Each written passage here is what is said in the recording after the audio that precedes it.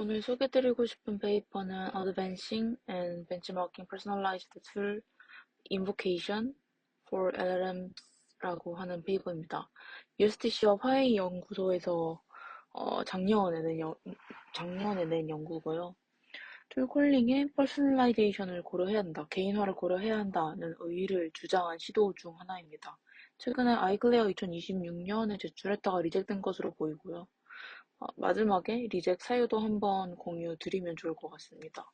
아무튼 연구의 모티베이션은 좀 명확한 것 같은데 기존 툴콜링 연구의 나이브한 흐름을 좀 지적합니다. 후보 도구 중에서 맞는 걸 고르고 이제 쿼리에서 파라미터 뽑아내는 능력만 확인을 해서 평가도 그래서 이 도구가 쿼리를 풀었는가만 봤는데 사실은 같은 기능의 도구를 호출하더라도 누가 쓰냐에 따라 다르지 않냐는 이야기를 하는 거죠. 그래서 그런 관점에서 퍼스널라이제이션 연구는 뭐 리스폰스 제너레이션이나 뭐 아니면 레코멘데이션 쪽에서만 발전했는데 이 흐름이 좀 따로 놀았다는 게 저자들의 출발점이라고 보시면 될 것 같습니다.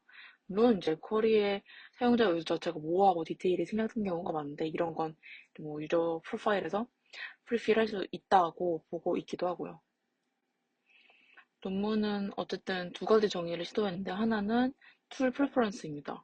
그러니까 두 도구 모두 쿼리를 풀 수 있음에도 사용자는 이제 하나를 고른다는 건데 이는 옛날에 그러니까 기존 연구들처럼 단순히 쿼리를 풀었는지가 중요한 게 아니라 유저가 뭘 선택했는지가 중요하다는 이야기를 하는 부분이고요. 또 한 가지는 이제 프로파일 디펜던트 쿼리라고 해서 정답을 풀어야 되는 어떤 아규먼트가 쿼리엔 없고 프로파일에만 존재할 때 반드시 프로파일을 참조해야만 한다는 경우를 이제 별도로 평가하자는 이야기를 합니다. 그래서 툴 셀렉션 자체를 선호 신호로 꼽는 거고 이제 거기서 빠진 쿼리에서 빠진 아규먼트를 추론 대상으로 명시화한 게 어떤 개념적인 기여를 했다고 볼 수 있을 것 같고요. 데이터를 만드는데 픽툴이라고 하는 어떤 파이프라인을 통해서 구축을 합니다. 이제 어떤 시나리오에서부터 시작을 하는데 어쨌든 결론적으로 어떤 툴을 부를 수 있는지 그 스키마를 먼저 짠다고 보시면 되겠습니다.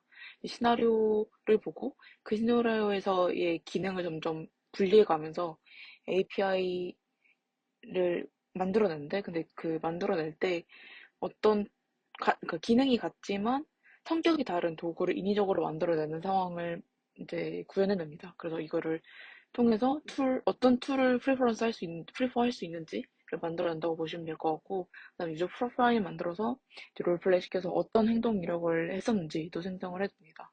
마지막으로 그런 것을 바탕으로 어떤 쿼리랑 어떤 솔루션과 어떤 툴코를 할 수 있는지를 만드는 과정으로 마무리가 되는데, 이제 결국에 이제 리뷰어들이 아이클레어 냈을 때 지적한 부분은 이 모든 과정이 모델이 구축하고 같은 계열 모델이 검증을 하고 있어요. 그래서 이런 것들이 이제 현실적 측면에서 좀 부족한 게 아닌가라는 지적을 받았던 것 같고요.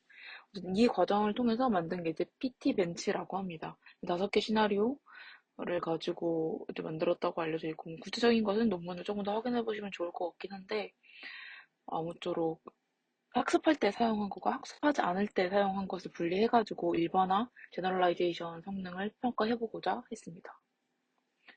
이제 어쨌든 이 논문에서 제안한 그 메소드는 데이터를 직접 학습하는 겁니다.